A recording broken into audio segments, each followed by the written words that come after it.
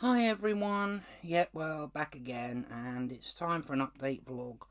I've not done one of these for the past week, simply because I just kind of took a break from it. Also, that I have experienced, I've not been feeling 100%, mainly I think from the side effects of the COVID jab.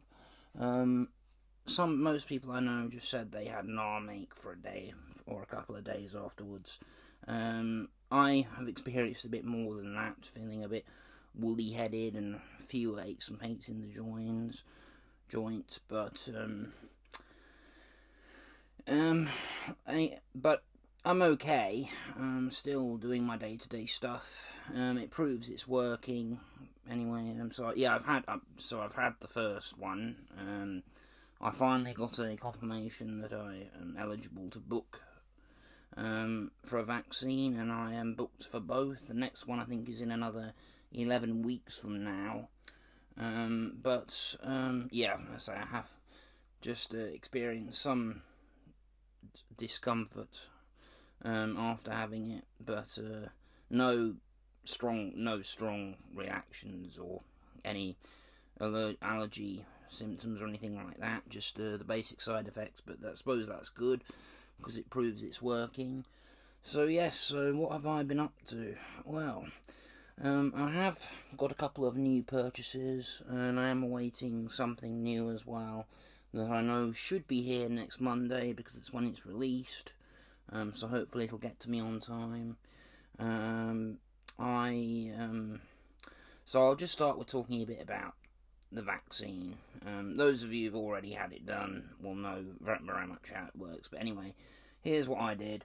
I had to go. The only place that seemed to have doses available that was nearest to me was in the centre of Leicester, which is the first time I've been into the centre of. I've pretty much been out of my hometown of Market Harborough for the past, at least the past 6 months, I think. My mum, she'd already had her first one, so she could take me to this place. And I think, it was a sort of a village hall club type place, and obviously not a village hall because it's not a village, but a place like that, a community centre of some sorts, what it was.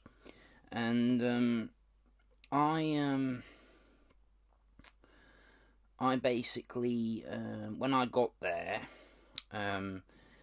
the street where the place was on was absolutely rammed with cars because everyone who was set to go for one was obviously sent there. And I went in, and when I got there, I just went in and was told to queue up. Basically, they had a board set up to where the queue would be for the people just to hand in their appointment cards and let the people see the reference number. And so that's what I did. I wasn't in the queue for long, about 10 minutes. And then there was a seating area of about 9 seats.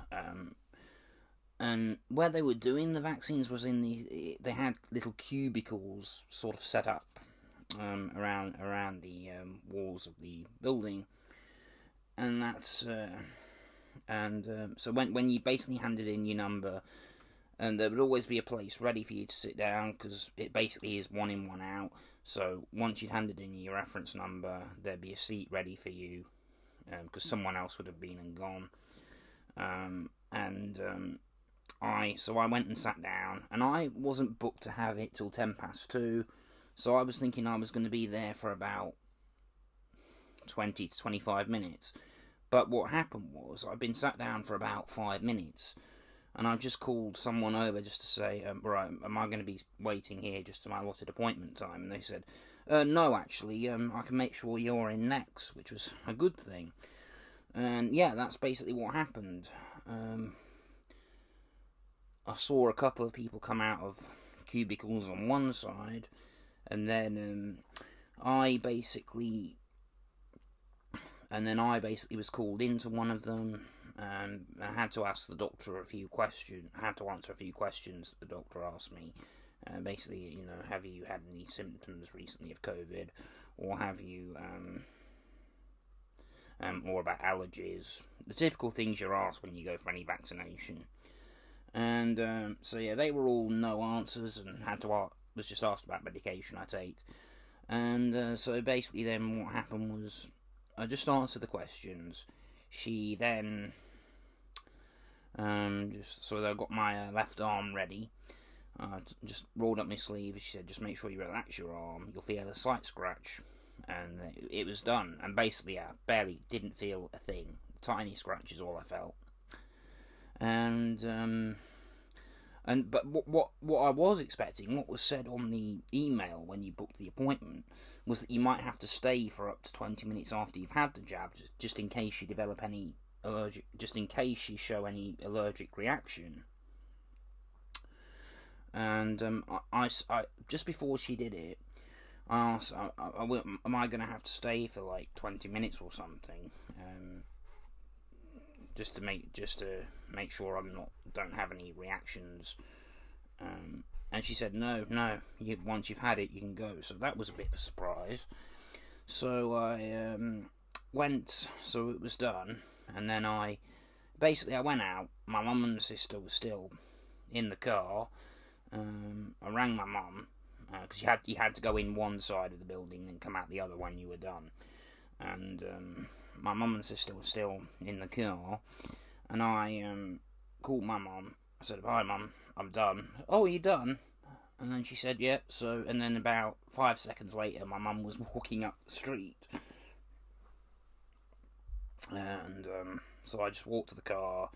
We went home, had lunch, and it was around the evening the arm ache started to kick in. But no, that's normal.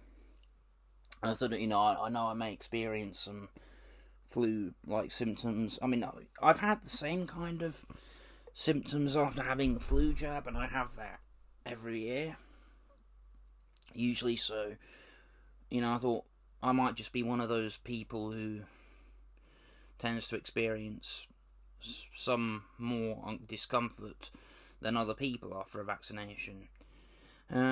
So yeah, that was that. So I'm glad the first one's done, and we'll be up to go for the next one in 11 weeks from now, which is fantastic. Okay, so that's the main thing. Right, next I'll move on to purchases. Okay, now the two purchases I'm talking about are just two Blu-rays. I'll just show you those quickly.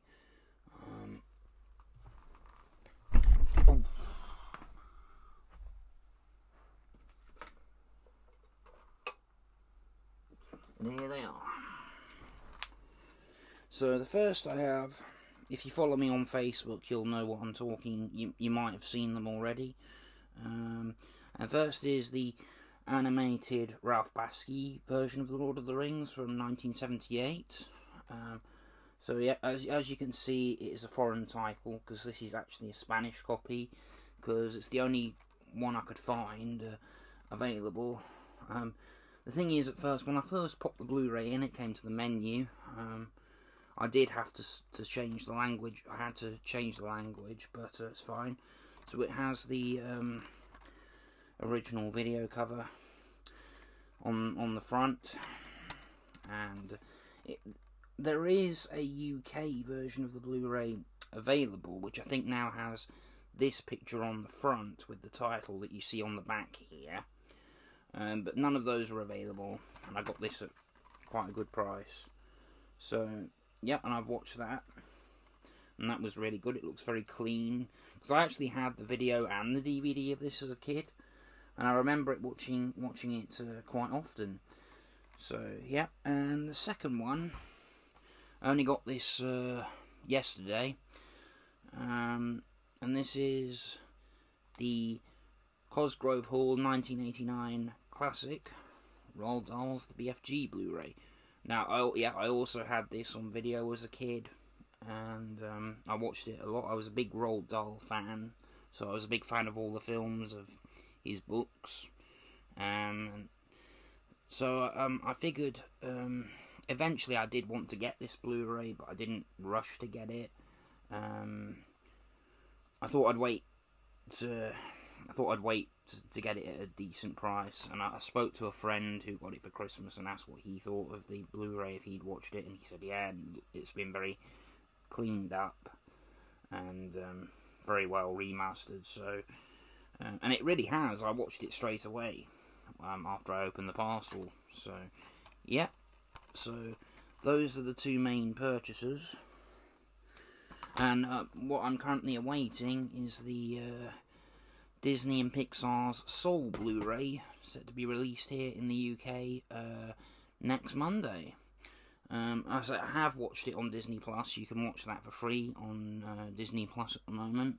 But I thought, yeah, to add to the collection, just to keep the Pixar collection up to date, I'll get the Blu-ray, and it'll be nice to have the physical media as well, because I think physical media will slowly be on its way out soon, because Blu-rays are the only thing that make, in terms of physical media, Blu-rays are the only thing that makes money for the industry. So yeah. Okay, well, other things, I've just been seeing the family when I can. I just went up to my mum's just now, well, a couple of hours ago now, it's quite late, but had dinner, had a pizza while I was there, while just surfing the internet on my phone. Now I'm back here. You might be able to notice I've had a little haircut, thanks to my mum cut my hair. Not as good as the barbers would do it, but at least it's free. Until the barber's open again. I'm going to have to make do, but that shouldn't be too long now. Okay, so honestly, I think that's really all I've got to tell you. Well, things I've watched a bit more. I've watched a few, apart from those two Blu-rays, I've watched some episodes of the original Pokemon Indigo League again. Some of my favourite episodes from the original series. I rewatched Pokemon I Choose You, the movie, which is good, a good retelling of the first few episodes of the series with some changes. And